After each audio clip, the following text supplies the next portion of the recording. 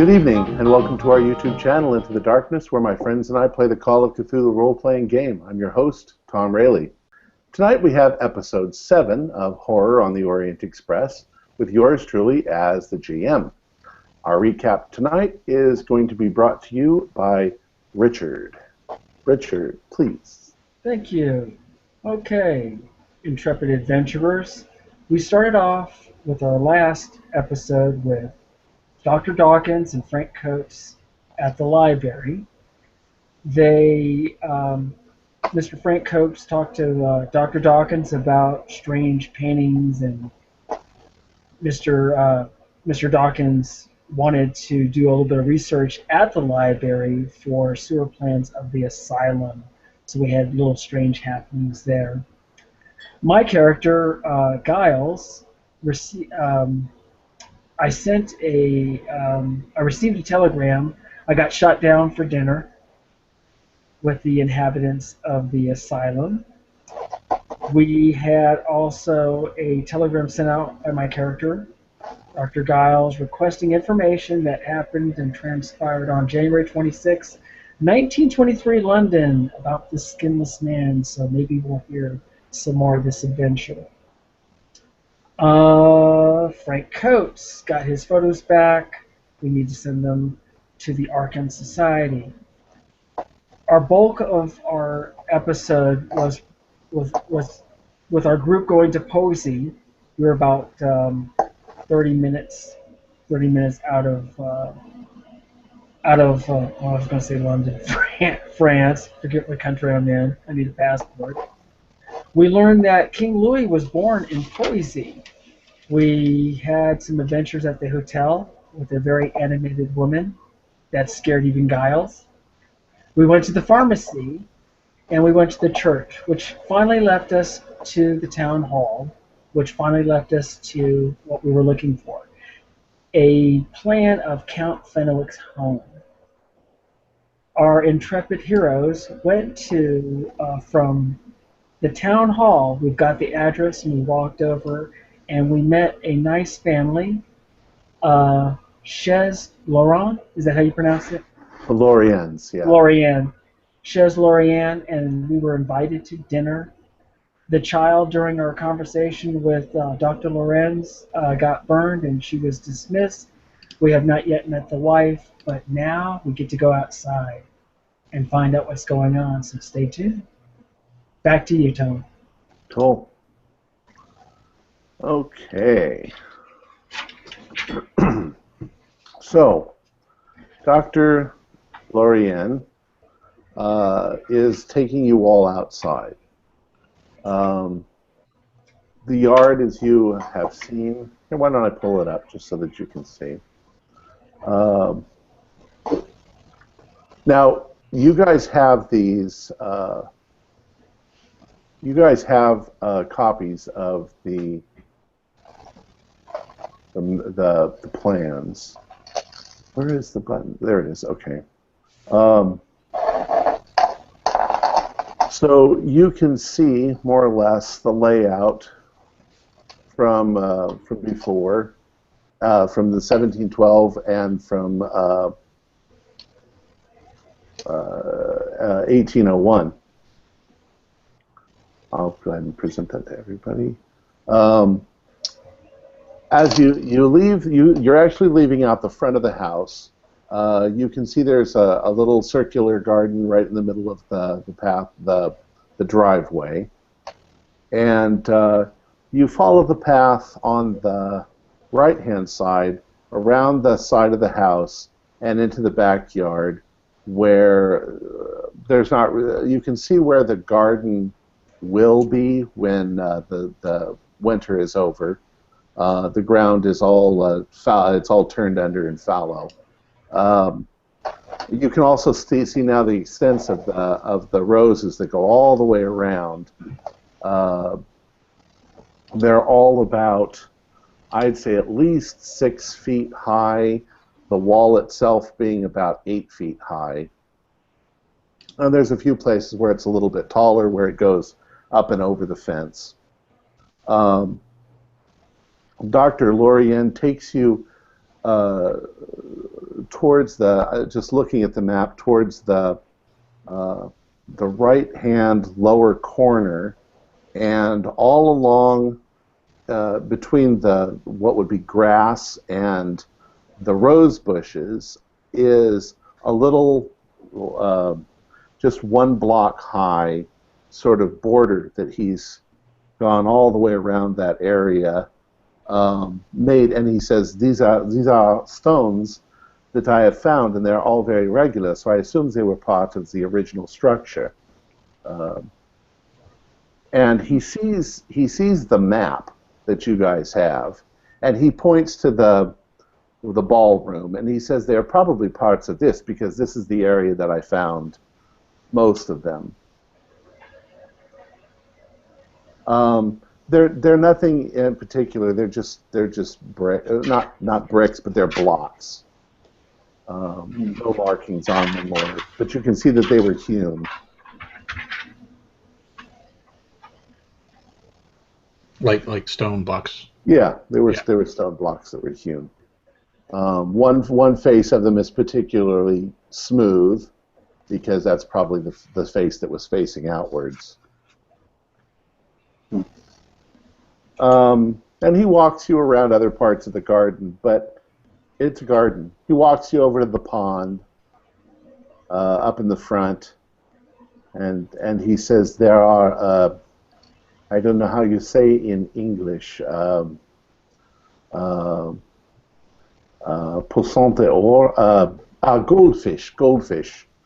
Right now they are on the bottom asleep because it's too cold, so you don't see them swimming around. Tom, Yes. I would like to observe his actions when we were near the ballroom. May I roll psychology? Sure. I don't know if anything would tick in the way that his actions would have been or anything. I'm just trying to pick up on anything.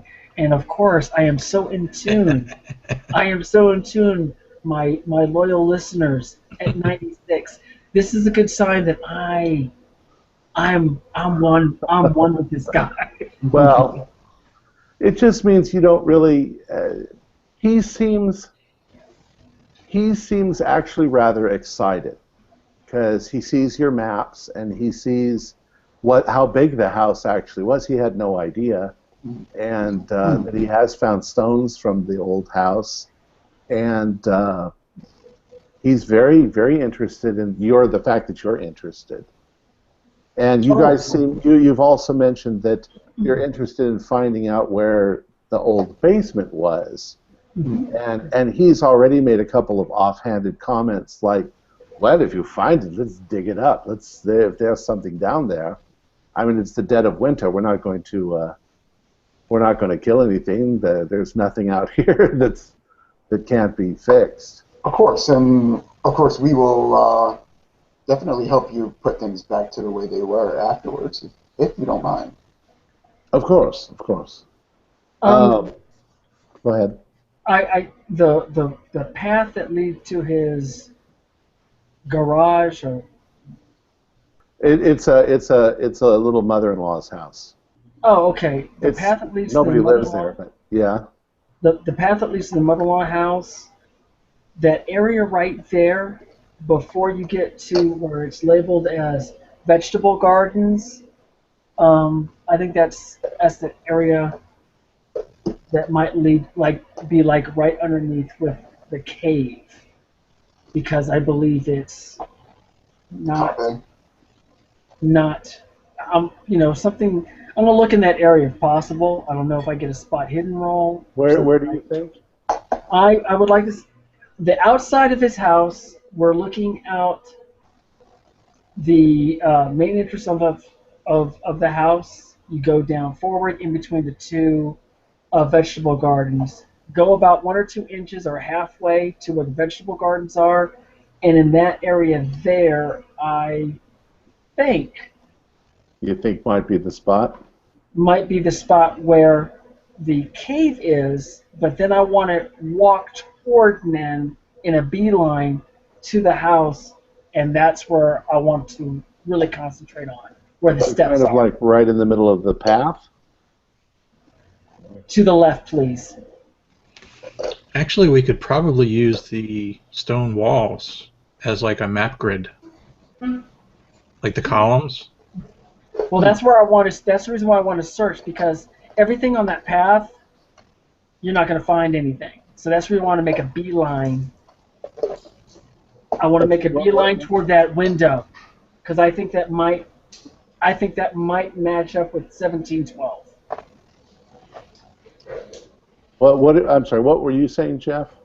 I was looking at the stone columns for the wall because you said the wall was original. Yes. The previous one. They're at regular intervals. Yes. So like if you counted up from the bottom of the south end, 2 stones, and then went over east 2 stones, maybe a little bit more than that. A little bit more.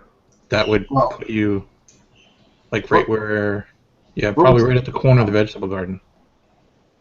All right. That seems very reasonable. Yeah. Everett, what do you think? I mean, you are the archaeologist here. Right now, Frank's assumption sounds most reasonable to me.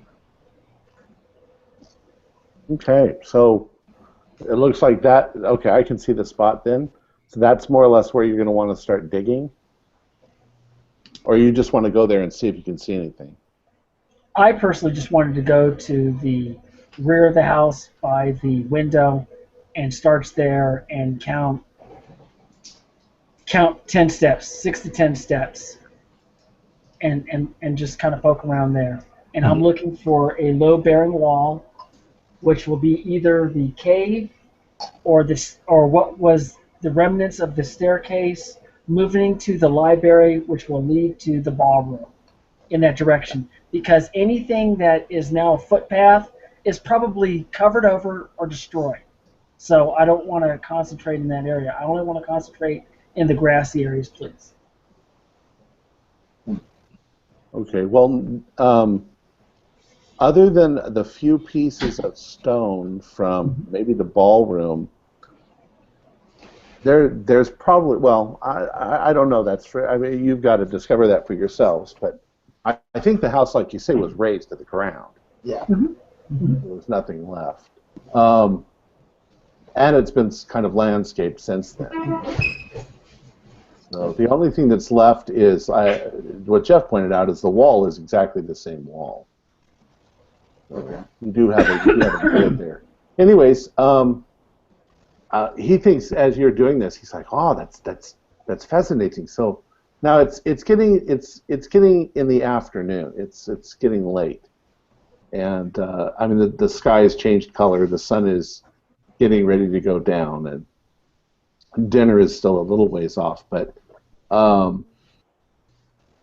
yeah, I think that the doctor in fact gets a shovel, and he sticks it in the ground right where he says. He says, "This is probably the spot. You may have, because if you calculate based on the pileasters in the wall, then yeah, you pinpointed it. It's going to be right here." So he says, why don't you spend the night? We have a guest room. You can start first thing in the morning digging.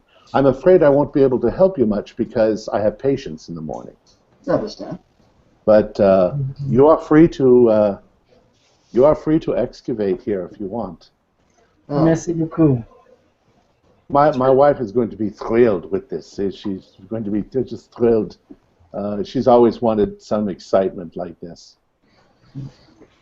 So he said, "Shall we go inside? It's kind of chilly out here." Absolutely. I definitely want to mark the spot before we leave.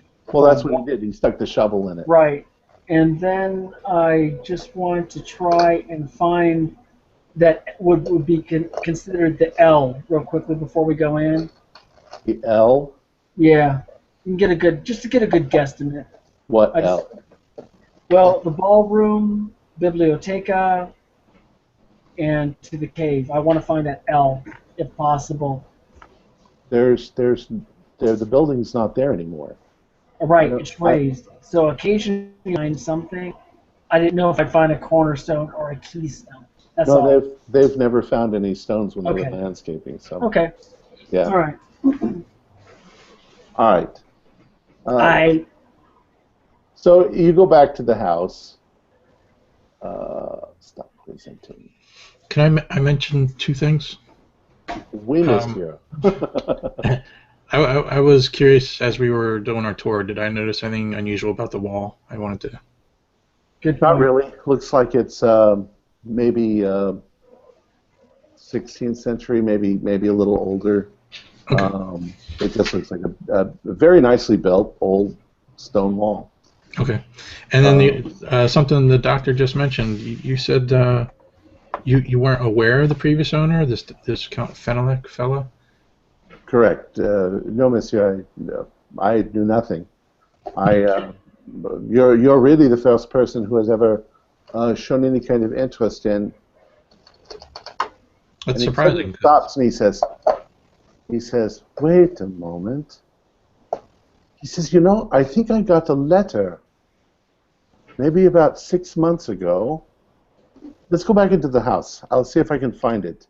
Yes, There please. was a letter I got about 6 months ago, and I didn't really think anything about it. Let me see if I can find it. So he goes back inside. He says, would you like some tea or, please help yourself to the kitchen if you'd like something. I'm sure you know how to make tea. Stupid American. There are some cookies there in the. You see, there's a fat little monk cookie jar. My wife makes the cookies. She puts them in there. Help yourself. Anyways, he leaves, and you can hear him go upstairs. Quick question. Mm-hmm. One of our intrepid adventurers brought it up the last time.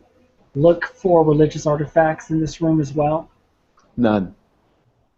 I'm colored shocked. I actually tell, and I say it sort of in a whisper, I don't know if we want to do this today. I mean, since we're pretty much getting what we want. But seeing as there's no religious artifacts or signs of any sort of religion, I wanted to put something to the test at dinner. What do you guys think? Well, Dr. Dawkins, what did you have in mind, sir? Just something simple, like praying over the food. Now, first, I'll let him lead as the host. If he begins supper with a prayer, then maybe it's just that he's a Protestant, not a Catholic. Protestants don't usually have symbols of religion. Interesting. However, if he goes right into eating, as if that's what he always does, then I was going to say grace, basically, and see how he reacts to it. Yeah. Here. However, if he acts poorly to it, that might mess up our chances with our excavation tomorrow. So I wanted to run it by you guys first. I don't think that the old chap would probably mind. Okay. I don't think he'd take offense. If he does, then, A simple no apology. harm, Okay. no harm, no foul. All right. Oh, Yeah, the tea is ready. All right, a couple of minutes go by, and you now hear what sounds like a couple of persons upstairs walking around. And he comes down the stairs with a woman following behind him. She seems rather, she looks like she's just put her hair together. It's still a little messy, but he said she was lying down. But she's well dressed, and her dress is kind of an apricot color, and it matches not matches, but her hair is kind of reddish. And as she comes down the stairs, she has a big smile on her face. And he says, gentlemen, I would like to introduce my wife, Veronica, or Veronique, we say in French. Mm-hmm. And she's like, oh, I'm charmed to meet you. My husband was just telling me about how exciting that you're going to do some excavation in the back and see if you can find treasure. Absolutely. It's quite a pleasure to meet you, madam. She seems quite charming. I do the whole gentleman, kiss the back of the hand of the lady sort of thing. And what you notice when you kiss the back of her hand is her left arm is very twisted, and he has said she has arthritis. And she does seem to be, keeping it kind of concealed because, she might be a little embarrassed. But yes, she gives you her hand to kiss, and she says, my husband is going to make dinner. He is a marvelous cook. Can't wait to try out this meal. Would you like some tea, madam? Please sit down and let me prepare you the tea. You're our gracious host, but we want to thank you at least. Dr. Lorien, he has a letter in his hand. And he says, yes, here it is. Here, what do you make of this? I got this about 6 months ago. And, I meant to respond, but it just wasn't important, and I set it aside. So he hands you this letter. Let's say he hands it to Frank, who just happens to be standing close to him. And here is the letter. Where are you? Hopefully you can read it.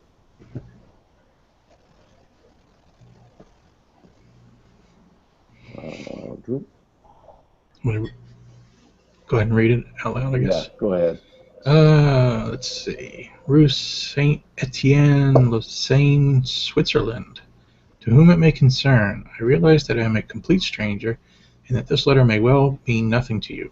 My name is Edgar Wellington, and I am researching the history of the statue known most commonly as the Sedefkar Simulacrum.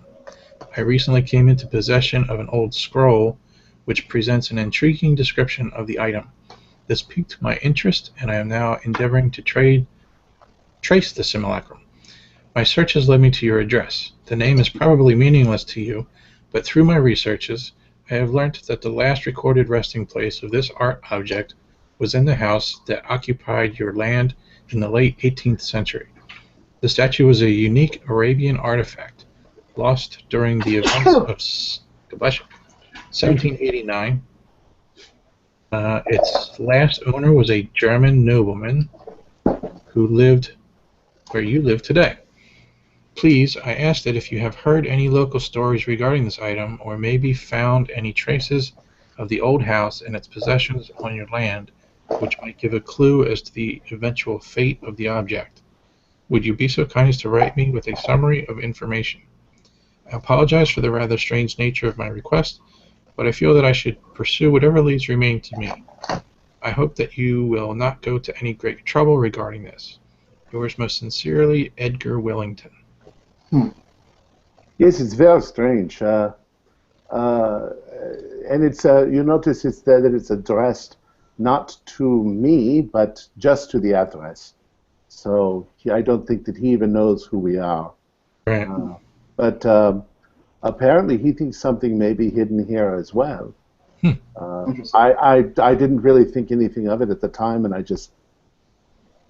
I put it aside. I'm kind of embarrassed I didn't answer him and tell him that all we've ever found was a few stones. So you've already replied to him? No, I never replied. Oh, okay. He hadn't had a chance to. I look at the name Wellington, and I try to think back to see if anyone from the Arcane Society shares that same name. No, not that you know of. Okay. Tom, Kitali had her arm injured. Is it the same arm that the missus has injured, perhaps? It is the left arm. Yes.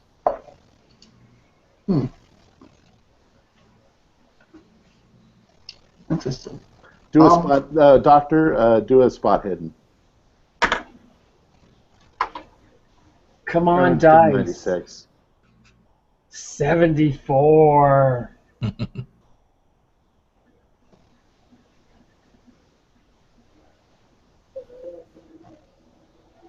I'm off by 14 points. Okay. Yeah. I am sorry.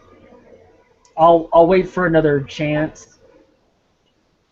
You know. There is no other chance, monsieur. There is not, monsieur, but please, merci. All right. Well, anyways, so you're all sitting there in the parlor, I guess we'll call it, and you've now got your tea, you're drinking it. Do you guys want to discuss anything?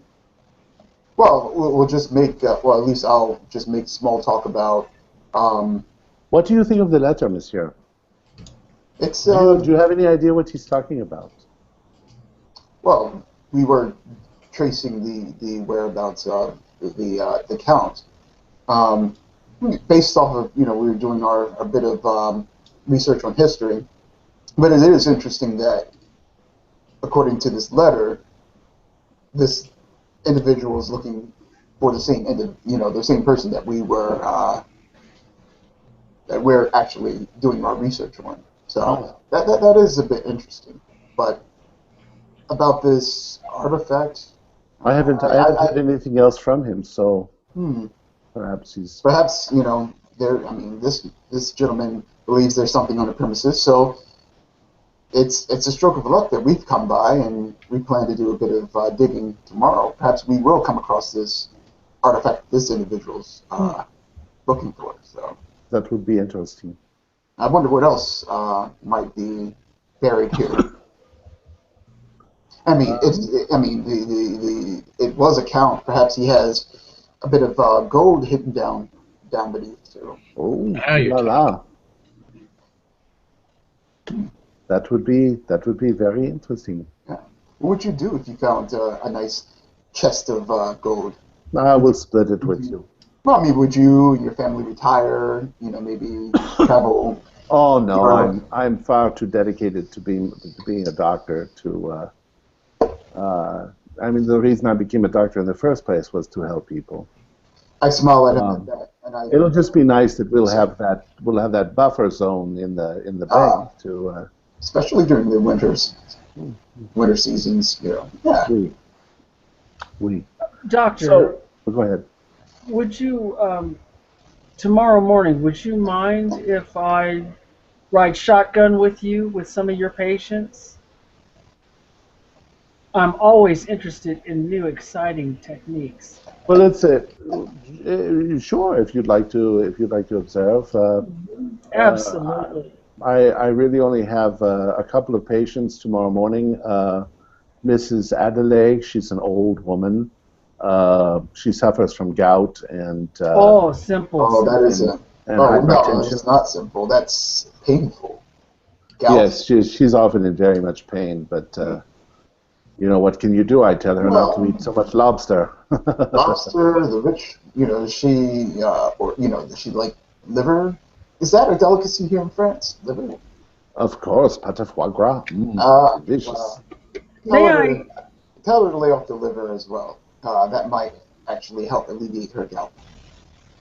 And cranberry. Is it cranberry juice? No, cherry juice. If you can find some cherry juice, that might also help as well.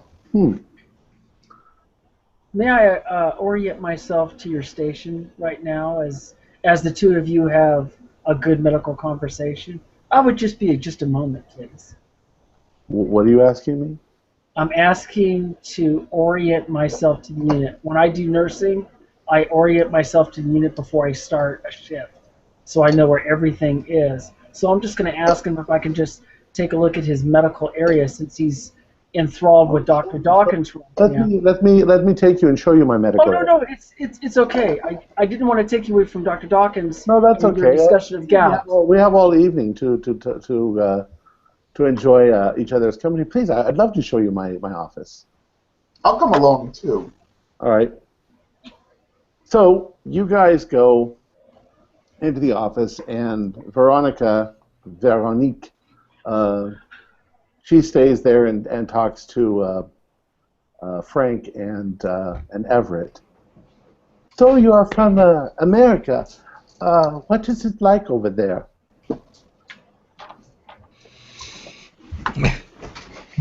It's a fast-paced compared to here. Oh yes, yes. Right now we are trying very hard to push a bill through our government wherein we will only be working 3 days a week, and the rest is for relaxing. It will be very nice. Now that's the way to do it. Yeah. Well, in the economy, they want you can work hard to make the money, but then you have to be able to spend the money, or you have no economy. So we got to give us some time to spend the money and relax, and so it may be a very nice way. Do they have culture? Where I'm sure they have culture, but what do you have in the way of culture? You are a photographer? That's correct, man. Oh, that's just fascinating. Have you seen any of the moving pictures?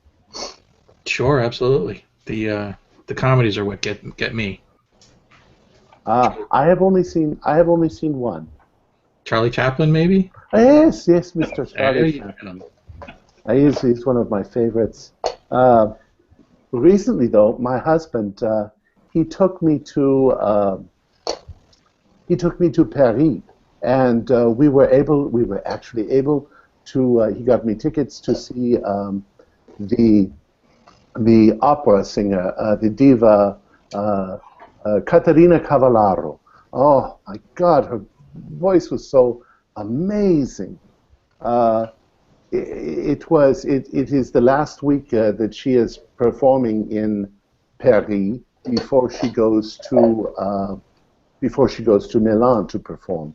Do they have an opera house anywhere near where you are in the United States? Not that I know of. Everett, do you? Not that I'm aware of either. Probably Boston would be the closest to where we probably have one. She said, but have you ever heard? Do you have any recordings of the diva Cavallaro? No? I can't say that I've ever heard of her. No, sorry. Well, let me play one for you. And she immediately goes over and opens up a cabinet and pulls out a record, and we'll stop at that point, and we'll go back into the other room. Doctors. He says, here's my office here. Oh, first you go through the little waiting room, which is very nice, very, very comfortable looking. Room for maybe 5 people to sit. You go through a second door, and it's a very clean cube. It's just a square room, maybe about 12 by 12. Mm-hmm. He's painted the walls kind of that medical green, mint green. The floor is like a white marble linoleum. Well, in this case, linoleum, which he's probably put over a wooden floor, and it's been cleaned and scrubbed. It's very plain, but it's been cleaned and scrubbed. And he has an examining table, and he has a couple of chairs, and he has a cabinet.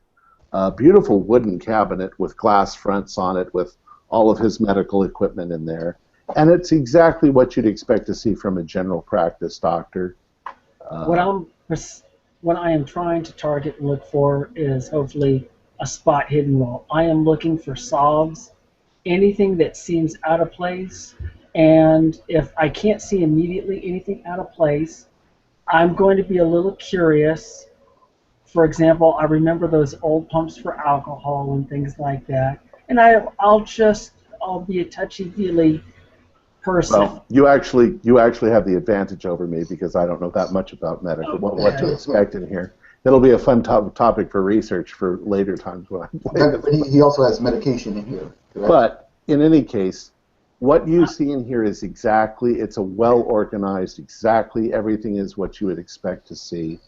And he opens the cabinets because he wanted to get familiar with it. Mm-hmm. He shows you where the cotton is kept and whatever. Can I recall?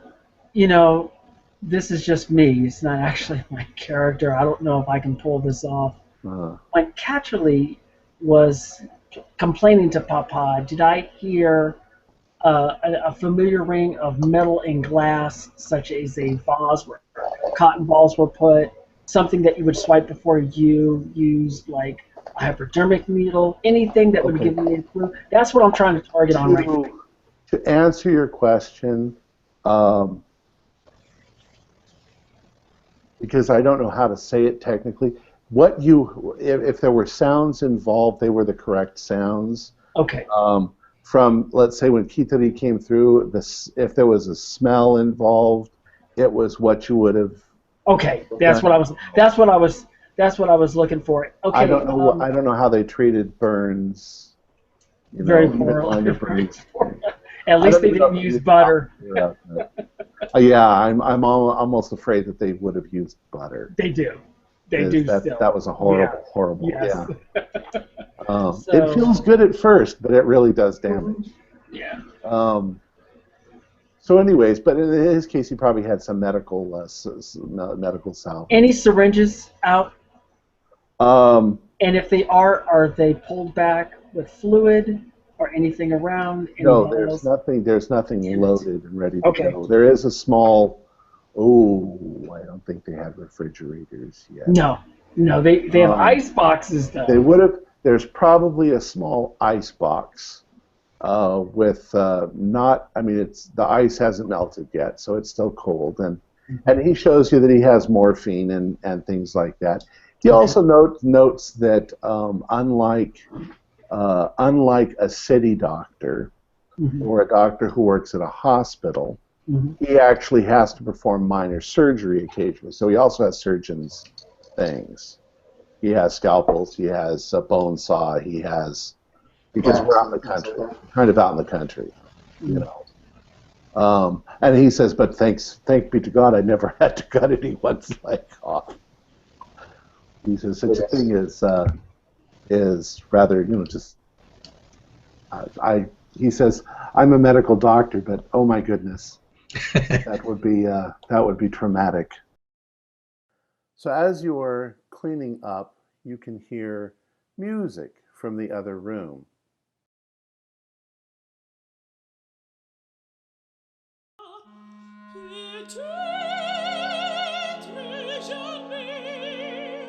Oh, my wife, she is playing her records for your friends. I took her to the opera the other day, and it is all she talks about. If I am not mistaken, that is Caterina Cavallaro, the famous diva. I took my wife 2 nights ago to see her in Paris. So the 3 of you move back into the parlor.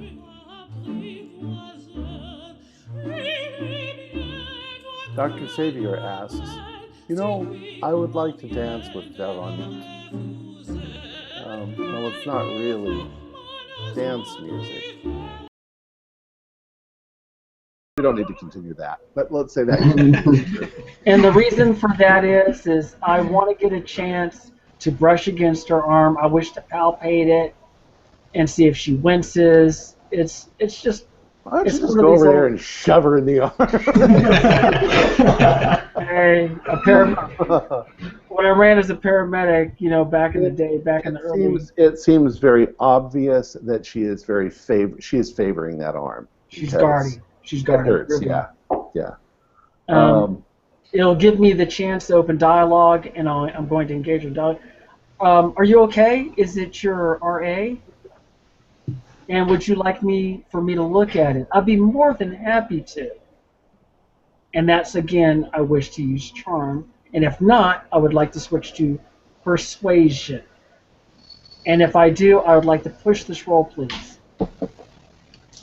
All right. Go ahead.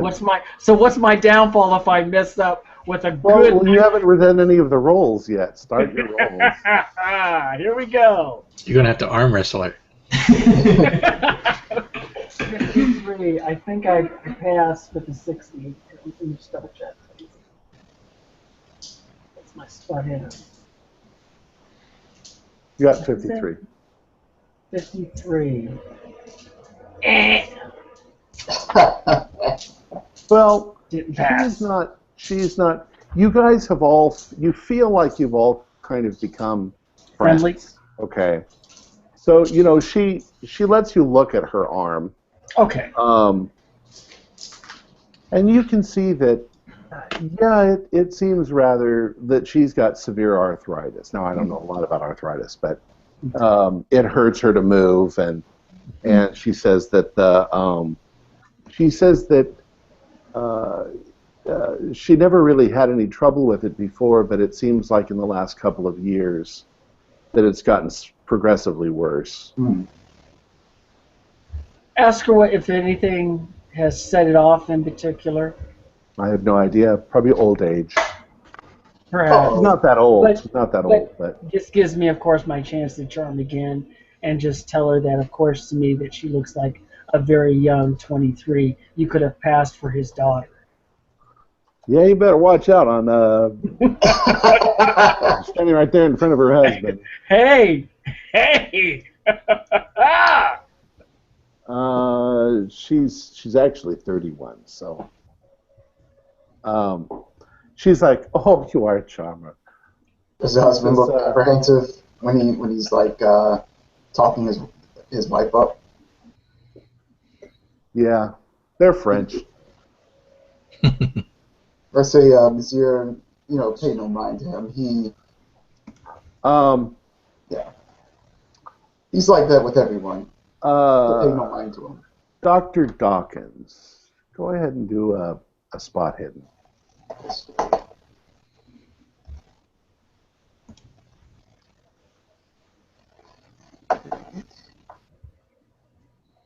Uh, 63, nope. Nope. You know what? We suck at these spot hiddens, but Let's. Well, okay, go ahead. I would like to charm them with my knowledge of music. My rating is at 30. May I roll, please? Oh, nice. Well, I'd like you to tell me what you're going to say and do before you roll. Because we're talking about up-and-coming favorites at the opera, and I'm going to just throw out some names because I don't know them personally, of who they've seen that I might have. They don't have to be persuaded into liking you anymore. You're already charming. I just and want if you want to talk music with them, that's fine. That's all I want to do. That's what she seems very interested in. Exactly. I want to captivate. I want to definitely captivate. He seems a little less interested in music, but it pleases his wife, and they do seem very.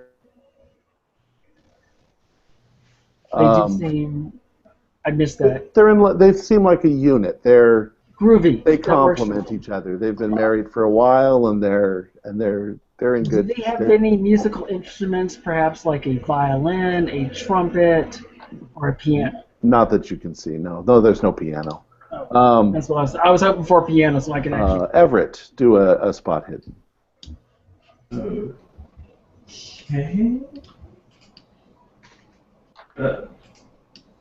That's not showing up. I see a 0. Yeah. Did we lose you? Now I see a hexagon. 48. Yes. Woo, finally, somebody trifecta. As you're standing there and you're listening to the conversation, and your eyes are just kind of wandering around a little bit, you notice something drip onto the cart. Excuse me. Onto the wooden floor. You notice it drips onto the wooden floor from the tip of Dr. Lorien's arm that's hanging down, and it looks like it might be blood. Okay. Dr. Lorien, I don't mean to alarm you, but it seems that you might be bleeding, And I point to. And he immediately looks at his arm, and you can see that. Remember, I told you earlier he was scratched up. Indeed, his scratches are a little bit bleeding, and he's like, "Oh my goodness," like this, and his wife's immediately like, "Oh, I'll help you clean that up," and she grabs. if I may, Giles, why don't you run to the to his room over there, the doctor's room, and get some gauze and maybe some antiseptic to clean out his wound. He is of course immediately just moving in that direction because he's just Is there a chair I could sit down in? I'm feeling a little woozy. Yes, of course. I'm going to follow. Okay. And assist. I'll let you do that, and I'll pick up on a conversation with the missus while you're in there. Okay, well let's go into there. So Dr. Xavier, you're with him? Yeah, I'm going to see if these are lacerations or if they're just mere scratches. It's pretty easy to tell. There's 5 layers to the epidermis, so if it's past, go ahead. Well, he seems. I would say I want to say that he's a little upset, but he looks a little frustrated, and as he's like cleaning his own arm, getting the blood off, and it's not a lot of blood, but it's there. You can see that some of the scratches on his arm look like they're infected, and he says, I have been trying now for weeks to stop this infection, but it seems to be very difficult to stop. He says, I keep treating these scratches, and they just keep opening up. You know, when I least expect it. Did you get them? He lets you look. Did you get them from the rose bushes? I think so, monsieur. I think that I scratched myself while I was trimming the roses, but you know, I've tried antibiotics and I wish to take a culture, because back then it was pretty big with microscopes and things like that. So I think that would be pretty common, if I may, please. I'm not sure that he has the material to take a culture, because you'd need petri dishes and you'd need a hospital facility. Mm. Well, I do have my kit here. You know, because I don't know. Would he have? Yeah, because you'd need an incubator and everything to do a culture. If I could just put a swab underneath a microscope. All right. Yeah. So I just want to identify if it's a cocci or if it's, you know, depending on what type of bacteria. Right. What you see is kind of odd. Can I make a science biology roll, please? Sure, but you're a doctor, so. Okay, so you'll give it to me? I will tell you this. I mean, I'm not in the room, but I mean, I can tell you how to make the dishes that you need for that, if you need to. Okay, thank you. And your character would know that. I would know how to make it. So.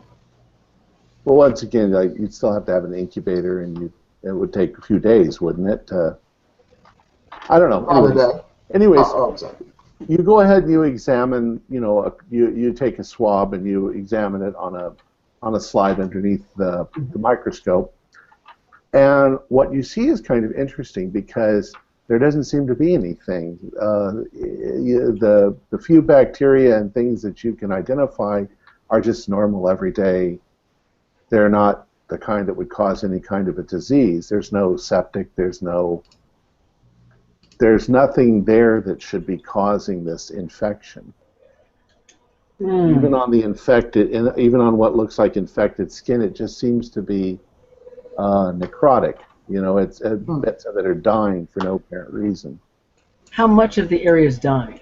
And is it left arm or right arm? It's his left arm, and it's just along the edges of the scratches. So it's just the top layer of the skin that's okay. Sorry. Mm. This is my field, so I get kind of excited. I'm not even in the room, so apologies. Okay. Well, you can call the biologist then if you want a second opinion. Sure, I'll call. All right. I'll call in Dr. Dawkins, All and right. I'll let So him so finish up. But Um, before I do, I'm going to ask him what area does he recall when he was working when he received this wound? And he's like, "Oh wow, that was 2 weeks ago. Mm. I really don't remember." And I know that I didn't just immediately stop. I continued working. Just you scratch yourself, you're not going to stop working. Okay. I was afraid that just dirt got into it and it became infected. But and I haven't had a fever or anything like that. Okay, But, psychology roll to make sure that he's not lying to me by any chance. I doubt that if he is, but Yeah. Go ahead. did it show up? Can I see what the is? 0-4. No, he seems perfectly sincere. Okay. He seems, from his demeanor, I mean, he seems genuinely concerned. Because he's like, I'm a doctor, and I can't figure out why my arm is continually, So as I'm looking at this room, it's just the top layer. It isn't deeper than that? That's infected. Well, it's a little deeper. It's a deep scratch. Does the area look swollen? No, but it does look red. And erythema. I was thinking of Mercer, actually.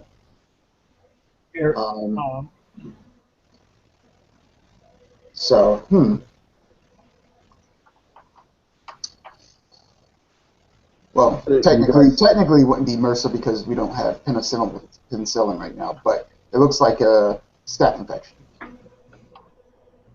Or the beginnings of a staph infection. How old are these wounds? I asked him. I'm sorry, what is that? How old are these wounds? 2 weeks. About 2 weeks? About 2 weeks old. That sounds usually an incubation period. And they look like they're going to be fine, but then the next day they're bleeding. Now, are you constantly picking or scratching at the? No, I know better than to pick and scratch it, but no. What have you applied to the wounds? To whatever he says would be exactly what you would do, While this dialogue is going on, I'm going to ask his wife if she could tell me where I can find some gloves, and I basically want to go out and take a sample of the rose bush that I give you some of my sampling kit that I have with my basic bells and whistles that I brought with me. Okay. You already taken a sample. I have the fixings to make auger plates. And I guess one of the best things, if it's an infection, we can try to culture them on blood auger, which will consist of like sheep blood and sucrose and a whole bunch of other stuff that they use for the auger plates, and see if there's an infection or if any sort of bacteria grows on there. We can probably study it closer. That might take a few days, though. But where are we going to get these things? Well, I imagine you have a butcher shop somewhere. Right, but don't we need like petri dishes? Oh, we can use maybe. You know what? Actually, this is where the GM is asking you, because if you think these are things that he would have in his doctor's office, realistically, then especially if he's treating something like strep, you want to make sure it's strep. So he'll have culture plates for that. I would believe. He already has. Wouldn't he take the culture and just send it to the hospital? Well, he could. He has a microscope in his office. Okay. We'll assume that he has the fixings for that. So. Okay, then that seems reasonable. Okay. But okay, so you guys want to take? Oh, where did it go? Uh-oh. We'll be back in a few minutes, people. All right. Who can? There he is. There it is.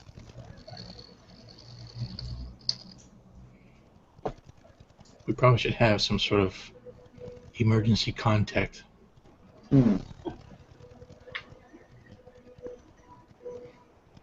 Oh, there you are. Now Welcome you back. can't even see my picture. What the heck happened? Everything just went black. Wow. You can hear me though, right? Yes. Yes. Maybe. Oh boy. Let's see if I can get my picture to come back up there. Well, we're Okay, still anyways. recording. Anyways, he's perfectly cooperative with anything that you want to do. Okay. And I asked him if he's. You said you have no fever. Have you felt ill at all, though? Besides fever? Not particularly. No. He's not. Okay. Well, what I could tell you to do right now is, I mean, I know we're guests of yours, and, you know, ever since I've been here in France, you know, French hospitality has definitely overpassed English hospitality. Don't let my mother know that. But I would, I would prefer that you sort of take it easy this evening. We've become accustomed to your house, so we know where things are. We'll try to make things a little bit more easier on you this evening. And of course, we want to thank you for your hospitality in advance. Okay. Well, he says, so we don't need to worry about this so much, but I appreciate your assistance. Yes. Yes. So after we bandage them up and I, of course, take some samples, we head back into the main living quarters. Okay. So you're back in the living room. Yeah. And he's put some bandages on. Anyways, do you have anything immediately you want to say, or can we move ahead to dinner? We can move ahead. Oh, I mean, I don't have anything else to say. Can't speak for everybody else. All right. I wanted to check the rose bushes. Okay. Veronica shows you where the gardening tools are, and there are gloves, and she shows you where she thinks that he was working. Okay. 2 weeks ago. Of course, most of the rose bushes where he was working are now cut back quite a ways. Which is a good clue. Yeah. But it's also the branches that scratched him are probably gone. That's away. fine. I just want to see if there's anything strange biology-wise with the plants. That's what I'm Okay. targeting. Okay. Yeah, So while you're out there, take several samples, not just one, but take multiple samples. Right. So you get the multiple samples. And we will move on to dinner time. I'll tell you what, guys. Let me see. Let me try logging off and logging back on really quick, and we'll see if my picture comes back. I'll be back in just a moment. And as you come back in, Xavier, you see me, and despite our host's injuries, you see that I'm a little bit excited due to the fact I got to do a bit of science, got to get into my field, and I start talking about microbiology, and you should know about this stuff. We're basically talking shop.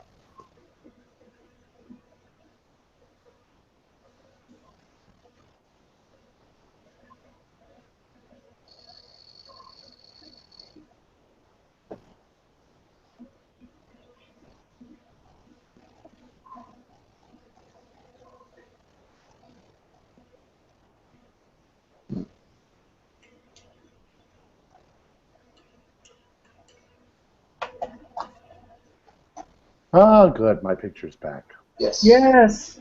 And let me put my screen up. Huzzah. So, we got new glitches that we have to worry about. Whatever they may be. I'll be right back. All right. If you need a 5-minute break, talk amongst yourselves. Well, the people I would talk shop with, they're no longer here. Looks like the GM is going to have to brush up on his medical terminology. It's just that I actually took a class in microbiology. It's one of my favorite classes I've taken so far, besides genetics. So, yeah, when we start talking about doing plating and looking through slides and making smears and all that good stuff, I get really excited about that stuff in real life. Anytime I can put mitochondria into a sentence. Actually, that's speaking of mitochondria, that's kind of interesting. There are a few scientists in Japan who have discovered, a link in the DNA of mitochondria that causes aging, and found ways to actually stop the aging process. Are you talking about the extension of the telomeres? Well, not the telomeres, but the mitochondria itself. Because basically, a defect in the mitochondria actually causes aging. So Cool. Somebody will live forever. Well, You know what that means? That means that we'll only live as long as before we have an accident. Yeah. We're all going to have we're all going to have to die of a horrible accident. It's the only way you can die. Cthulhu waits. It's just falling out of a car while you're driving. Dinner I'd rather time? die in my sleep in the middle of the night. It's dinner time, you said? What's that? It's dinner time, you said? It's dinner time. All right, we'll do dinner time. So, Dr. Etienne proves to be a phenomenal cook. You're having French food. Wow. Are we having French fries? You have very light conversation over dinner. You before that, does he? Because this is the biggest question. When we sit down to eat, does he give grace? Actually, he does, Okay. but it's obviously not Catholic. He's probably a Protestant. Okay. Do you ask him about it, or? Oh no, we're not going to ask him, but I kind of figured if I didn't see any sort of crosses, and if he does still offer up a prayer, he's probably Protestant. So. Okay. Very, very early into the dinner, Kitty proves to be a little bit too much to handle, and she's fussy. She's making noise. She wants to join in the conversation, but she doesn't have anything really to say. So she gets hustled off to bed.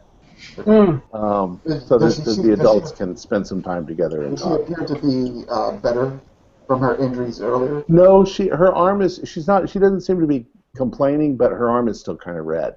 Okay. But she was definitely in high spirits at dinner. Yeah. Okay. She didn't. She may have a couple of times been tender about the arm, but she seemed to be ignoring it at this point. Yeah, I actually, before she gets shuffled off to bed, I tell her, next time, just be careful. Tea is hot, and you don't want to hurt yourself. You don't want to burn yourself. So. Oui, monsieur. And she goes. Okay, her mom takes her up the stairs, and they're gone for a couple of minutes, and then then Veronique comes back, and they seem to you to be quite delightful. I mean, they're just nice people. Their hospitality is wonderful. The food is delicious. We're getting some static. The conversation's nice, and she talks more about opera, and I'd say right about 8:30. Right about 8:30, suddenly there is a scream from upstairs, and little Kitari comes running down the stairs, a little bit too fast, but she comes running down the stairs making all kinds of racket. And she's saying something in French. Amazing, she speaks French. But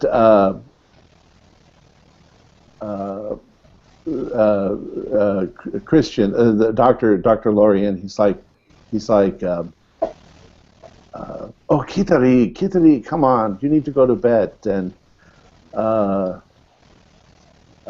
but she says, but Papa, she says, the boogeyman is looking in my window. And he's like, always with the boogeyman. And she's like, no, the boogeyman is looking in my window.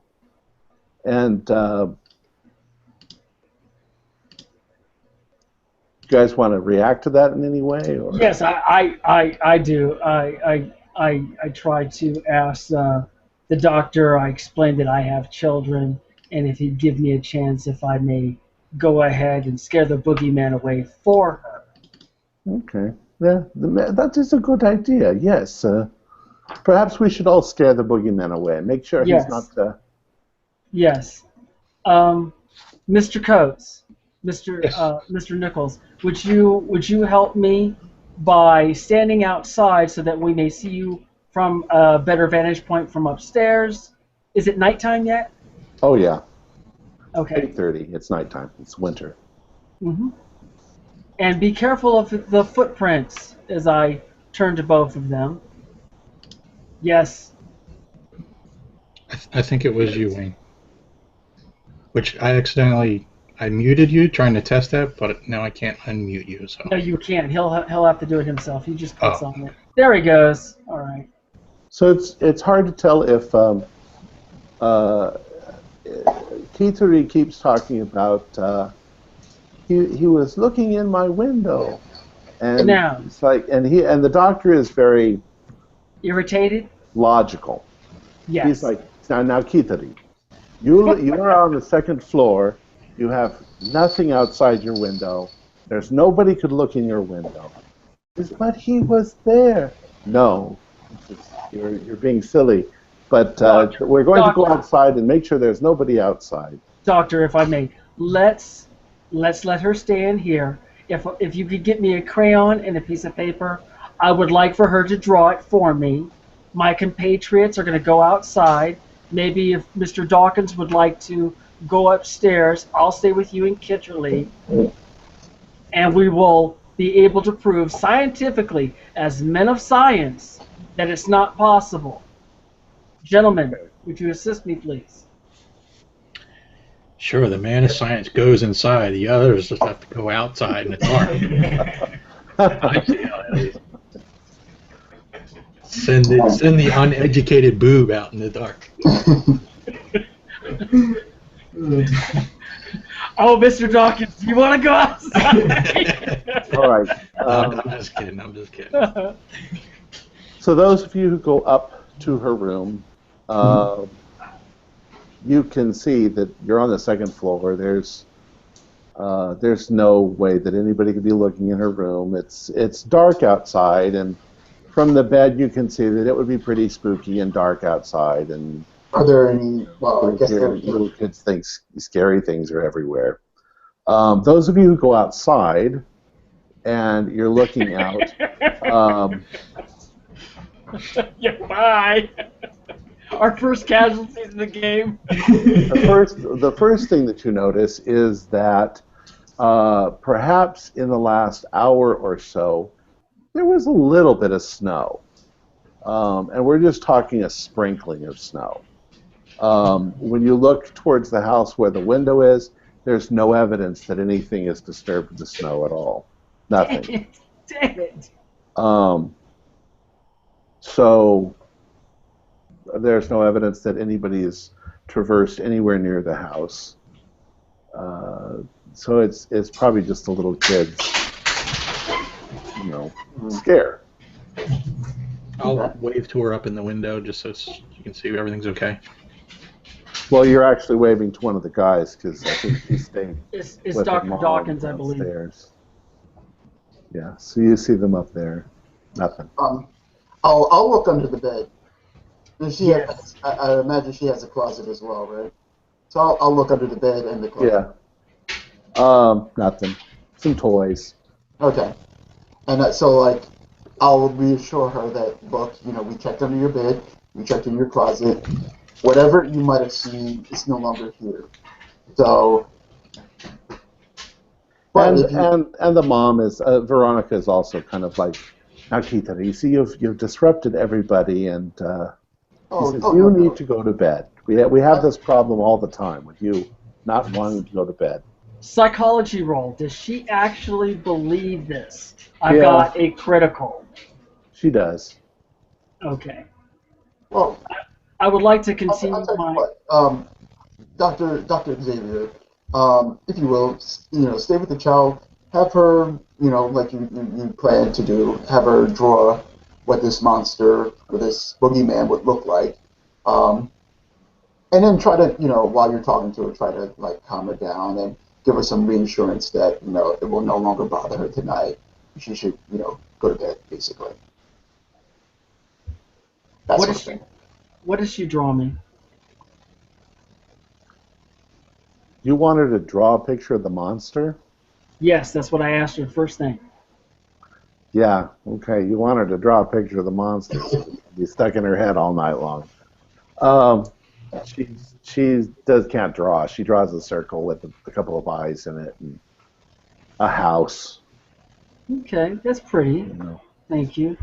Tentacles. Well, I'm not a child psychologist, and this is kind of out of character for the age because it's mostly filled with crackpots and things like this. But I'm going to play the game with her, and I will try not to use suggestion, but ask her to describe certain things. No leading questions, the whole 9 yards. You're looking like a man. Okay, no, that's really about all she's got. That's fine. That's fine. The boogeyman. Was it dark skin, light skin, gray skin? It's black horns, outside. She didn't. Red eyes, blue eyes, green eyes. She doesn't know. Okay, all right. But when he looked in, did he? Yeah, snake eyes. Did he say she's going to be up all night now crying. Well, Thanks for not suggesting it to her. No, I'm not trying to suggest. I'm trying to talk down. And I'm just trying to ask questions because if I detected that she's telling the truth, then I'm concerned for her. And I'll ask a simple question. Does he ever talk to you? Does he ever hurt you? Wow. And you're not a psychologist. Yeah, thanks for putting all this in her head. Now she's terrified. As am I. She wants, me too. And she wants her mommy. She's going to go downstairs now and be with her mom. Okay. Good going, Doc. I think you missed the point, but that's. No, I didn't miss the point. I'm reacting the way a 7-year-old little girl would to your questions. Yeah, she's crying now. So. Great. Okay. Anyways, but mom and dad are like, look, she just wants attention. She was angry because she had to go to bed early, and so. But you said this happens before, right? Anytime Miss Sarah, we had guests over, she wants all the attention, and you know how 7-year-olds are. Just curious, has it ever happened when there aren't any guests? Like, has she woken you and your wife up during the middle of the night screaming? Well, I don't know, Monsieur, probably.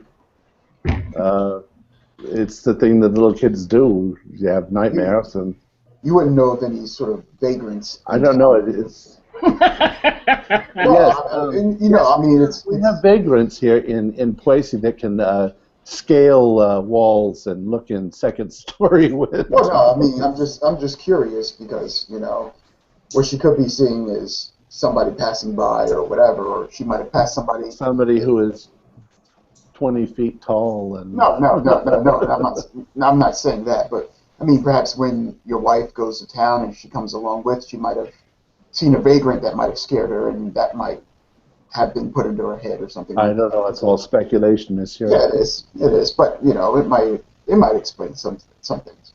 I was just curious. Who knows, monsieur?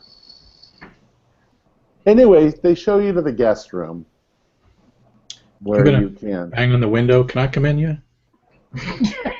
Freezing out here. Where is Frank? Come back in! I'm glad you didn't get eaten! Oh, monsieur, you are a Frank sickle.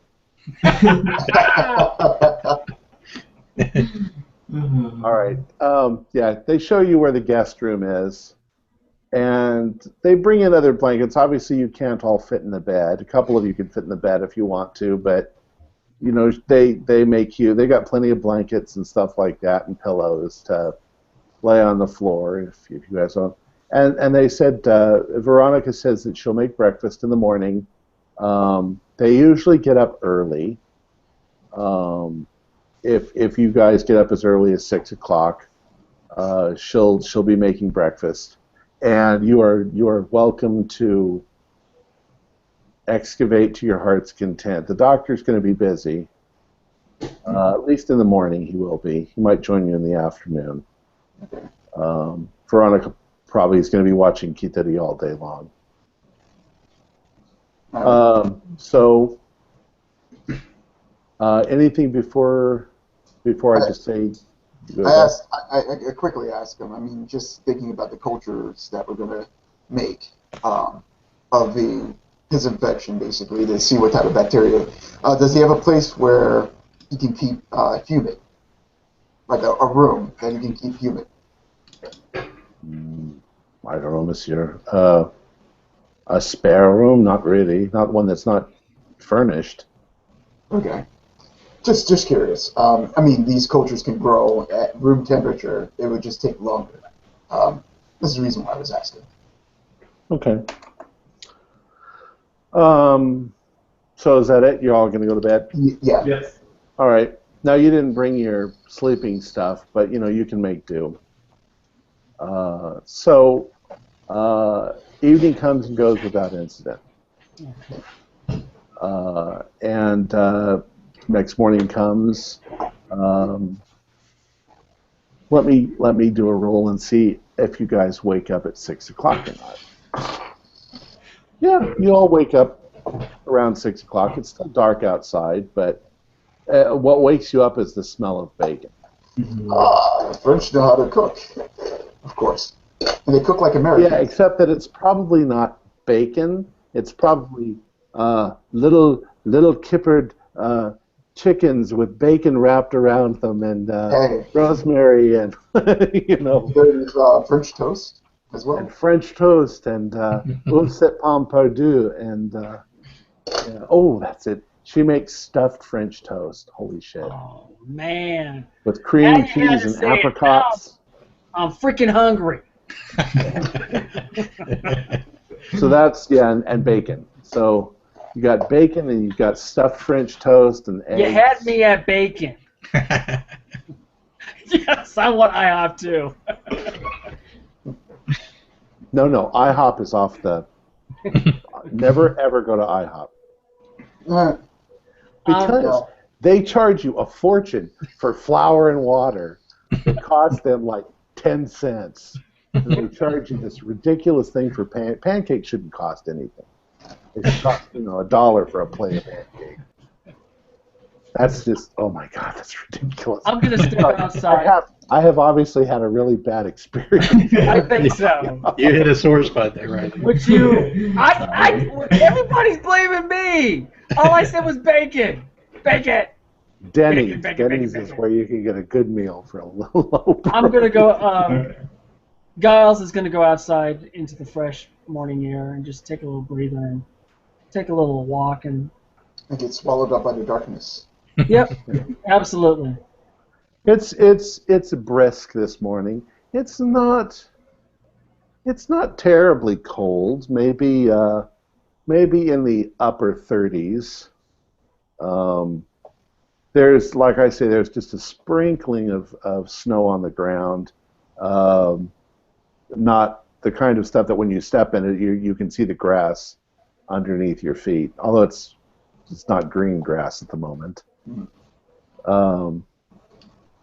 But yeah, you can smell the morning air. You can smell you can see the horizon is getting lighter in in the east. How far are we from like neighbors and such? Like country doctor, are we like out in the boonies, or No, actually, the walls divide. On one side of the wall, on the back side of the property is where that big old church is. Oh, okay. And then over to the side, there's probably another property over there and another one over there. Okay. Yeah, so the nearest neighbors are, if you yelled, you could get their attention if they were in their yards. Mm-hmm. Okay. So, what else would you guys like to do? Well, after breakfast, I believe that we'll roll up our sleeves and start digging. Okay. Doctor, are you going to go help them dig, or are you going to I'm a hang doctor. around? I'm a doctor. I'm going to work with patients. Okay. No offense to you, gentlemen. Oh, question. Did you hand me the samples, or are you keeping them that you took the previous night? Oh, you could have them. Absolutely. Okay. Yeah. Okay, so we're just going to say, Doctor, that you are in with Dr. Lorien, prepping, getting stuff ready, and as the morning wears on, one patient comes, then another, and he always introduces you. This is a friend, Dr. Xavier from the United States, and everybody's it's all sweet and charming and doctory stuff. Yeah. Okay. Now, the other guys, you go out into the garden, and based on the where you've calculated by the wall, you start to dig, and I would say that you get about 2 feet down, and you hit a pretty heavy limestone block. You try to excavate a little bit around it, and to either side, what you begin to realize is that there's another block below it, about 1 foot down. So you're pretty convinced that you found a staircase that's buried. Okay. Okay. Now, if I assume that you continue excavating, Yes.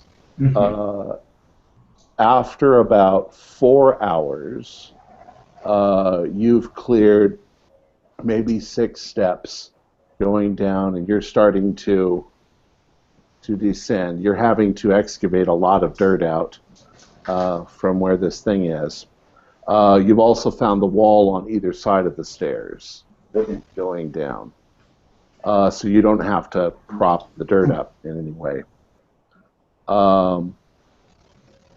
After another hour or so, the doctor's patients have run out, and the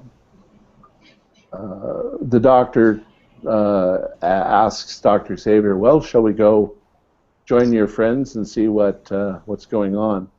Absolutely. And as you go out there to join them, you notice that Veronica and Keithley have been sitting on the back porch watching them dig. Keithley's playing with the ball or something in the yard, and she was interested at the dig at first, but now she's completely lost interest. She's just playing. It takes you the better part of the day before you have actually excavated down 16 steps, and at this point you're only removing dirt from in front of from the steps, because there are now walls and there's a ceiling of stone. So after the 16th step, you reach a wall. You reach what you think is a wall, but is in fact a door. It's a door that's made out of some kind of metal, probably iron, and parts of it are rusted, but it hasn't given complete way. It's been exposed to an anaerobic environment, so it hasn't completely rusted away. What would you like to do? Like to find some damn chalk. Well, Chalk? while you're looking for chalk, bring down the flashlights as well. And I asked, Dr. Lorien, if I'm saying his name right, does he have something like a crowbar or something that we can try to pry It this is door? here. Well, I'll get something. So he goes to his shed and he brings back a crowbar. Okay. Okay. So you're going to try to crowbar the door? Yeah. All right. It actually bends pretty easily. The rust has done a pretty good job on the iron, and you're able to partially push it and partially bend it out of the way, at least large enough to where you guys can get through. Okay. And you can see, without going in there yet, you can see there's a corridor. And the corridor is stone on all sides, and it's dirty. There's dirt, and there's cobwebs, and there's roots that have come through from above. But it seems to be a straight corridor moving away from where you're, in a straight line from the steps. Okay. Away. Heading south? Or Yes. like down? Yeah. On the, Heading Yes, down. south. Yeah. South. Is there anything written on the walls? Any sort of No. No? Okay. And the walls are made of stone, correct? Yeah, and it looks like what you'd expect from construction for that time period? 1700s. Yeah, 1700s. 1700, 1712 or something. Okay. All right. Well, gentlemen. And it's tall. It's tall also. It's about 10 feet tall. Okay. Gentlemen, are we prepared to move forward? Yep. All right. Okay. do you still have your cane with you, Doctor? Oh yeah.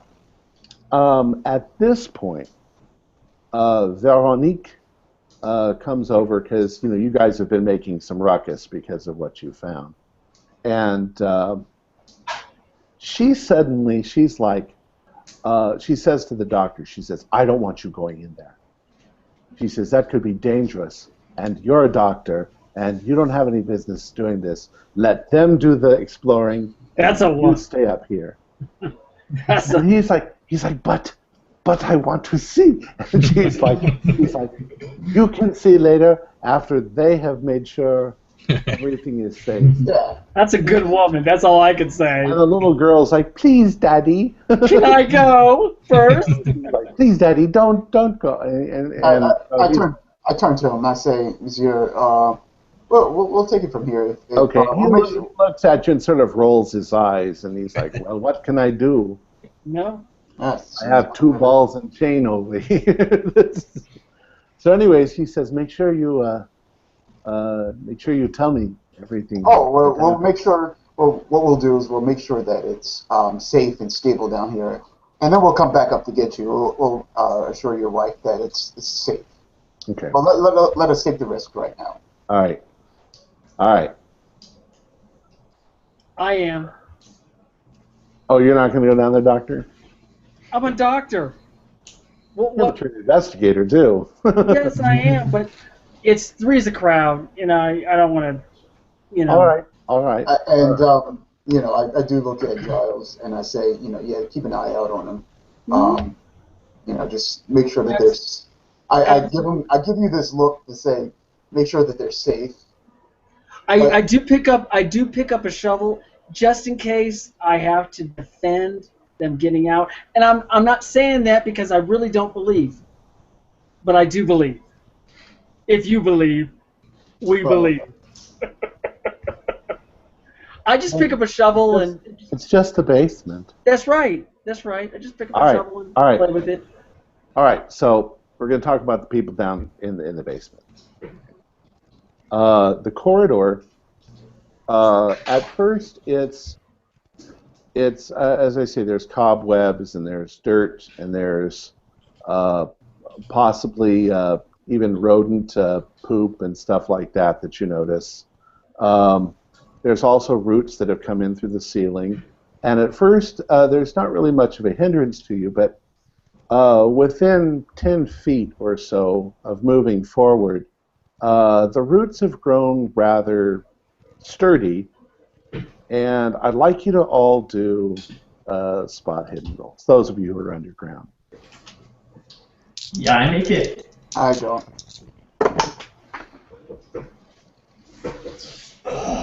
Yes, I do too. Regular success. Mr. Nichols, I hope you're first so you see it. When it comes. Which one of you got the better roll? I got a 31. 40 for me. Okay, so Everett. Yes. It suddenly dawns on you that these roots, the thicker ones that are coming through the ceiling, as they come down, they split, each one of them, into 5 roots, and they look very much like hands hanging down. You also notice, just about the same time, that these all look like hands hanging down. Not like real hands, but you know what I mean? Mm-hmm. They look almost like claws hanging down. And if you're going to go farther, you have to kind of push through them. Okay. We should have put an axe. You want to see if he has an axe, like a little hatchet or something like that, just to clear some of these roots out. So you want to ask back outside? Yeah. Okay. Yeah, the doctor says immediately, yes, I do have a hatchet. All right. So immediately, he comes back just a minute later with a hatchet. Okay.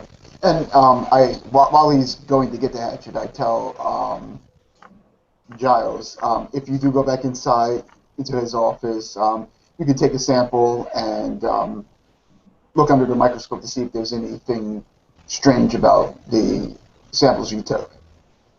I mean, if you want to do something while you're out here. Yeah, absolutely. Okay. So I come back with the hatchet and let's move on. Okay, so where they have kind of blocked your easy egress, you're going to hack them out? Yeah. All right, they hack out fairly easily. Which you just throw them to the side. After a few feet, it sort of, the passage clears again, and the hallway, I guess it's a hallway, sort of becomes cleaner. It's not clean by any stretch of the imagination. There's still cobwebs, but there's less dirt. The dirt obviously came through where the door was, and here the ceiling is pretty solid.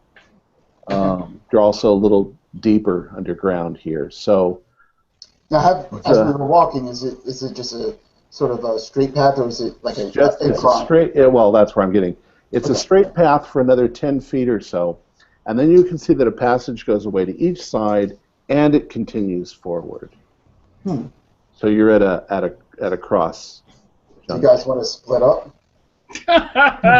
Is this Call of Cthulhu? Hell yeah! Could I get a sense? Could I get a sense from where the strange roots were? Is that about where we would be underneath the rose bushes? Are we that close to the wall? No, you're not. You're not that far. Okay. There are a few larger trees in the yard, though. Okay. So, Do any of you have a botany? No. Yeah. Okay. But it doesn't seem unreasonable that large roots from those trees have traveled, quite a ways to look for water, whatever roots do. So you're at a crossroads. Which direction do you want to go? Right is always right. You say the right way is right? Right way is always right. Right. Well, follow your lead. I mean, you're the Okay. archaeologist. So right? Do you all agree? Yeah. Sure. Okay. Yeah. That's good. Now that you are in the structure, there's a little bit more ornateness to the stonework.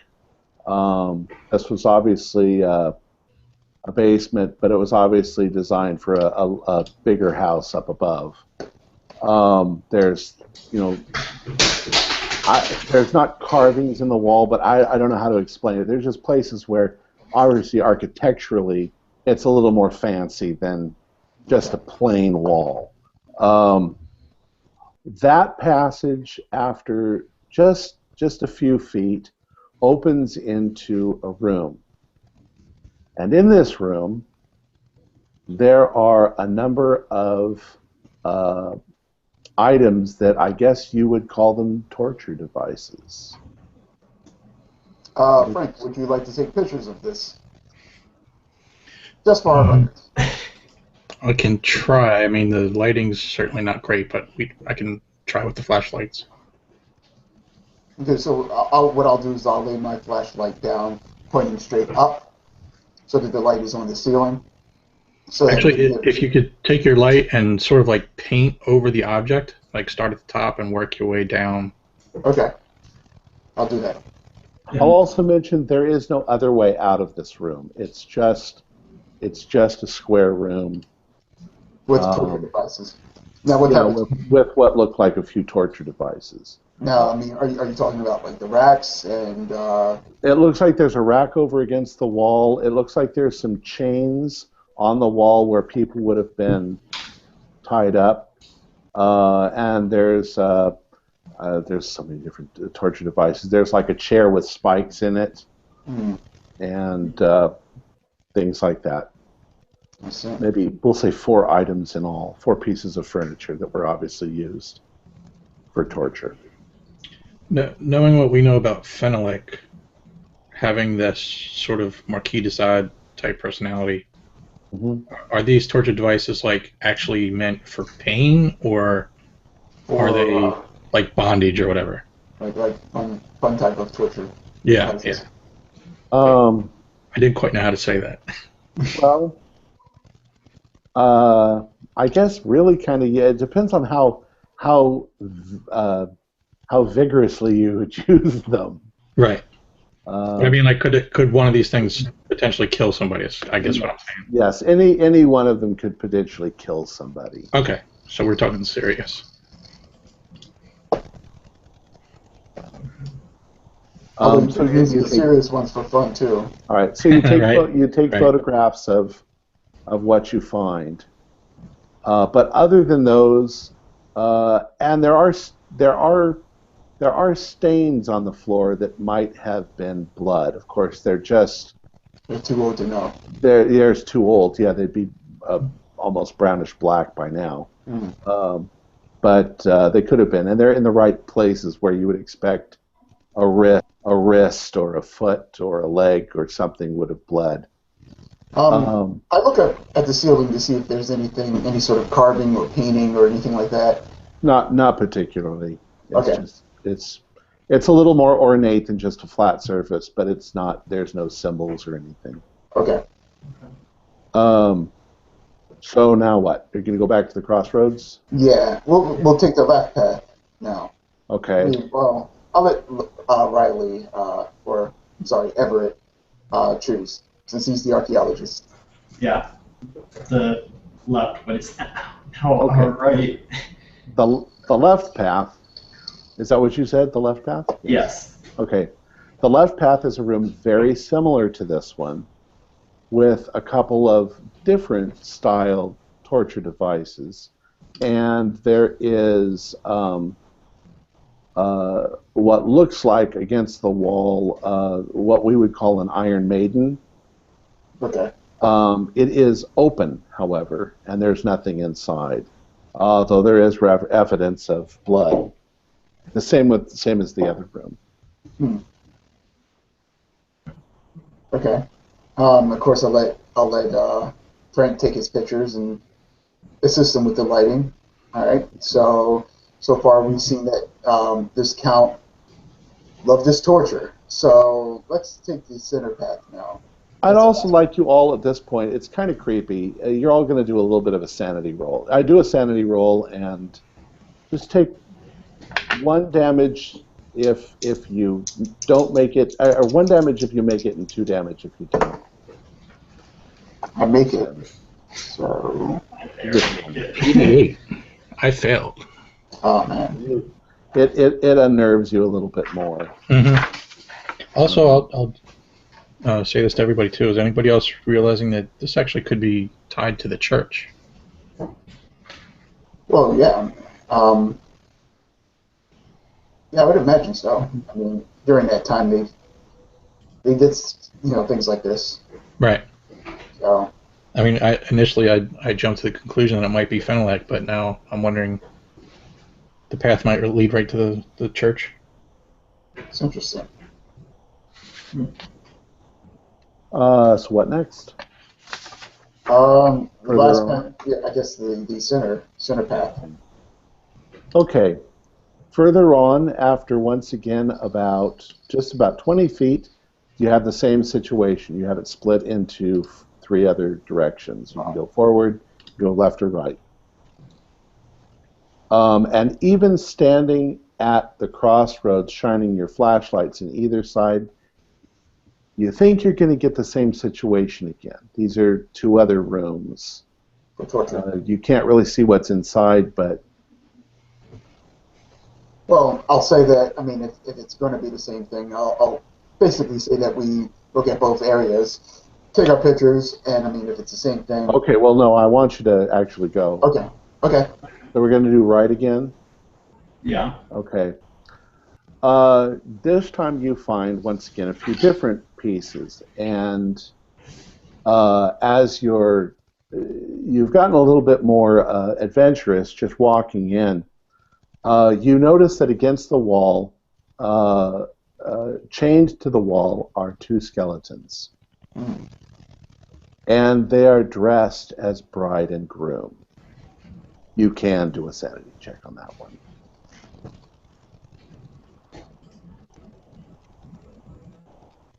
I make it.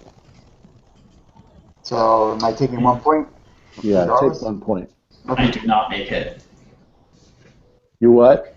Do not make it. Okay. Is that what a 91 means? So you do another 2 damage. Okay. 1 for success? Yeah. Yeah, correct. The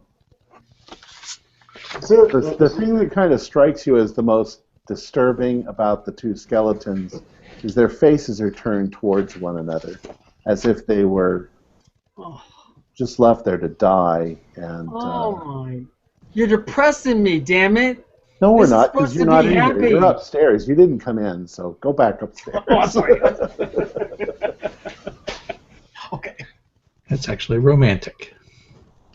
And kind of horrific. Yeah. Okay. You then cross into the other room, and this time there is more evidence. There are a number of skeletons still strapped to the devices. There's one in a rack. There's one in a, what are the things called where you're like this? The wheel. Yeah, whatever. But I'm not going to make you roll a sanity again because you're there. You've got one final direction to go. Yeah. Is there any clothing on these? Yes, there definitely was. Well, there's scant clothing, but it's all rotted away.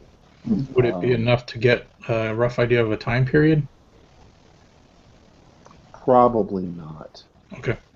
How about the? But considering the timeline, it's probably It's probably 17. around What is it, 1789? 12. Hmm. No, that's when the place was built. They weren't here when it was built. They were here when Count Fenwick got his house gotcha. burned down. Recall that the policeman said that he came down here and saw all this. And wanted to, yeah, I feel the sentiments of that police officer. I would have probably shot him if I had. Well, they didn't have rifles back then, did they? All right. Yes. So now you're going to go down the straight passage again. Right. Almost immediately on the straight passage, you encounter more roots, and these have grown into a tangle that kind of blocks your way. But you can tell that the passage continues in that direction. Okay. Well, we start hacking away. Okay. So you start hacking away, and once you've cleared enough away that you can get through, this is what you see. The passage actually goes probably 30 feet farther in a straight line. There's no side passages. Can I interrupt? Yeah. Sorry, while he was hacking, I'm just going to run back up to the entrance, inform the guys, and tell them not to bring the women and children down yet. Okay. And then just run back. Okay. So you've shined your flashlights down, but there's something. I want Frank. I want you to do a spot hidden. 65. 00. 100. Oh, you found it! You found it, all right. Okay. Actually, what happens, Frank, is you're looking with your flashlight, and your flashlights aren't that powerful. They don't go that far down the corridor. But as you come across, your flashlight hits Everett's flashlight, and both of them clatter to the ground and break. Oh man! You're left with that's your 00. You're left with One flashlight. you're left with Dr. Dawkins has the only flashlight. Dr. Dawkins, though, I want you to do a spot hidden also. Oh, boy. How do you say shit in French? Male. Merde. Yeah. I don't make it, but I don't make it by 4. So. Actually, I'm going to go ahead and let Everett do one, too. Okay. Hey. 88, yeah, no. Oh, and you complain about the 00. Okay. At least it wasn't 100. At least he's 100%. The thing that you do notice, rather oddly, is the light doesn't seem to quite diminish the way you expected it to when you dropped the 2 flashlights. And you realize that up ahead, there's a glow. Kind of a faint bluish glow up ahead. Do you want to? What do you do? Do you want to go up and grab Giles to see if he wants to see what we've discovered so far? Man! Man! I feel like I know exactly what he'd say, but I'm a doctor. Exactly! Okay. I mean, he's missing the discovery of the century. You guys want to press on? Sure. Yeah. All right. I didn't see anything, so. Yeah. But you're always so quiet. We don't know what you're doing. So are you guys going to go ahead? Yeah. Yes. All right. Sure. You guys move down the corridor, and you begin to distinguish that up ahead there are balls of light at first that are kind of blue, and as you get about 30 feet farther, it opens into a room. This room is about 20 by 20. And I would have you do a sanity check, except that it's not frightening. What you see is you see the whole back wall and some of the side walls are completely covered in rose bushes. And they have roses blooming all over them, but the roses are glowing, and they're glowing this sort of blue iridescent color, and they're changing color. You see that they're red, and they're purple, and they're green, and they're scintillating these different colors, and you're still about 20 feet away from them themselves, but they're visibly glowing, almost biological, almost, you know, like a luminescent. Mm-hmm. And it reminds you of something. It reminds you of that boat, the way that it glows. So what do you do? Frank, you should take some pictures. They're very, very dense, these vines, but you can't really see. You cannot really close enough. Like I see, you're still 20 feet away from them. And so there's no exit to this room. This room is just completely This is closed off. yeah, this is it. Any other signs or symbols or anything? You haven't said anything. You're 20 feet away from the wall. Oh, okay. Are you going to go closer and examine? Yeah, well, I'll walk to the center. I'll look up to see if there's anything on the ceiling. Look on the ground to see if there's. I'll just basically do a regular check around the room before we get closer to the roses. Don't touch them. This is what you notice. Okay. I'm gonna just tell you in general because you all notice this as you're going. The vine, it's definitely like a rose vine.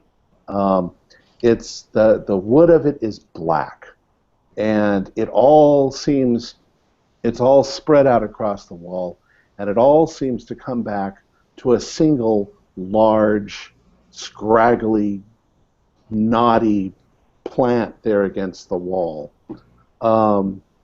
It seems to be almost dripping a black goo, and the flowers are surprisingly brightly colored and glowing. That's the first thing you notice, and you notice that the flowers are beautiful.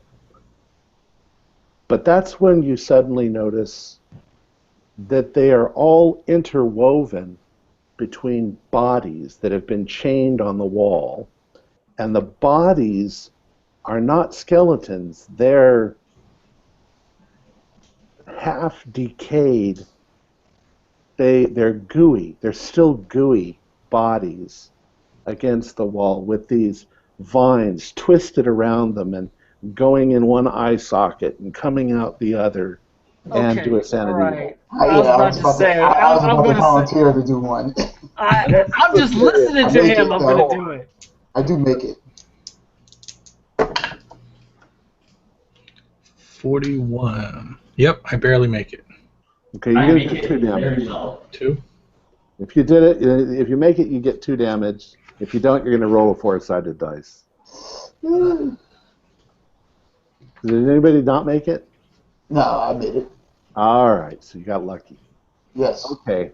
I would like you all to do one last spot hidden. Okay. Yes, that's next. Dream. I make it. Yes. Okay. I did 2 also. As you're looking, and you're rather horrified, and by the way, the room smells wonderful. It smells like roses, and Yeah, I was going to ask about that. but maybe off in the distance there is a carnal, dead odor, but you smell mostly roses. You realize that the closer to this root, the body of the plant you are, the brighter glows the flowers. And Everett, you notice when you look closer that there is something caught in the caught in the plant itself. The plant's kind of grown up and around it. And it doesn't, and it itself is glowing brightest of all. And it looks like an arm. Mm. All right. Is it like a human arm? Is it like a statue? It looks like a statue. It looks very strange because it almost scintillates. It seems stiff like a mannequin's arm or a statue's arm, but it's caught up in the vine that's sort of wrapped itself around it. You would have to hack it out to get to it. All right. Looks like we're gonna start hacking. Yeah. Wait. I'm not talking about computer programs. Is there... I don't know. Is there, like, could we get a rope in there? Like, I'm trying to... You're trying not to get too close to it, I understand. Not to get close and not to destroy the plant. It doesn't look... You wouldn't be able to pull it out. And of course, like I tell them about this infection that the doctor has, and I'm thinking that if you get scratched by these thorns here, you'll probably catch the same sort of infection. I'm thinking best way to get rid of vines is fire. Hmm. The only thing that disturbs you about that idea is that sort of black oil that seems to be all over it. What if it is oil? What if this thing went up like a gasoline bomb? Well, that's why we stand at the mouth of the room and toss maybe an oil lamp onto it to see if it is. And if it explodes and blows the whole thing up with you guys. Oil doesn't work that way. So is that what You you don't know mean? what it is. So is that what you mean when we needed additional characters? My suggestion is to get a sample of whatever this black thing is, a small sample, and see if some kind of controlled experiment to see if it is flammable outside of this area so that we don't end up blowing a hole where this is, instead of just standing back and throwing something flammable at it. I can definitely do a chemical analysis of the substance. So, who's going to go over there and get some of the samples that we need? I think the archaeologist should, since you seem the swiftest of between the three of us, I think you should. Sure. I'll stand at the door. Yeah, I mean, it's just dripping off of some of this, so...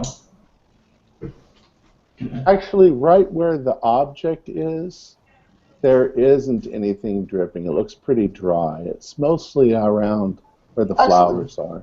Actually, this is just like a simple, like, is it thick or is it sort of the rose type of a vine? It's more like a rose. Yeah, the thickest of it, is probably about like that.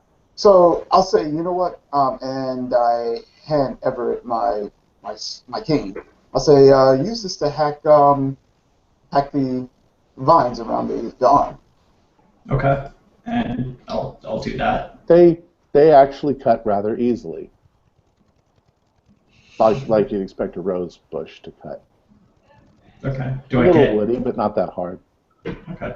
So after you do that for a couple of seconds, you've freed it, and you can definitely see that it looks like a statue's arm, other than the fact that it's kind of glowing. Okay. I'll take it and bring it to my. Before you touch it, how big is this arm? Is it like exactly the same size as a human arm? Okay. Well, never mind. I was going to give you something to carry it, like a cloth or something like that to pick it up, so you're not actually touching it. I'll give him my jacket. Yeah. Okay. Yeah, that'll work. Okay. So you wrap it around the end of it and pull it out? Yeah. Okay. The arm comes out rather easily. It's not particularly heavy, and it's not. It feels almost about what you'd expect a regular human arm would weigh. Okay, it's rigid. It's hard. It seems to be made of a substance that is almost like marble, or you can't really tell. Maybe ceramic of some sort. And there seem to be patterns under the surface of it as it's glowing. But the second you remove it,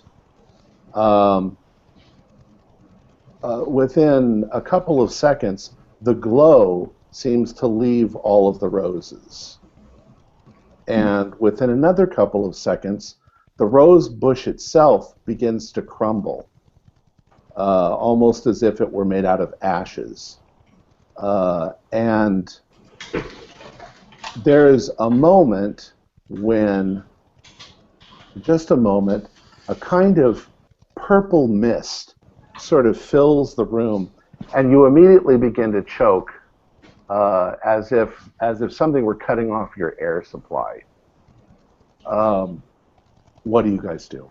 Run out of the room. Okay.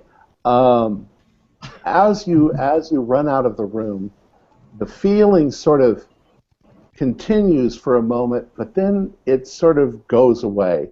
And as you look back, you can see that all of the roses have just immediately crumbled into dust, and the bodies that were on the wall begin immediately to deteriorate, almost liquefy, and just leave skeletons with bits of, goo hanging on them, which you're already scared shitless, so I assume you're going to just run out?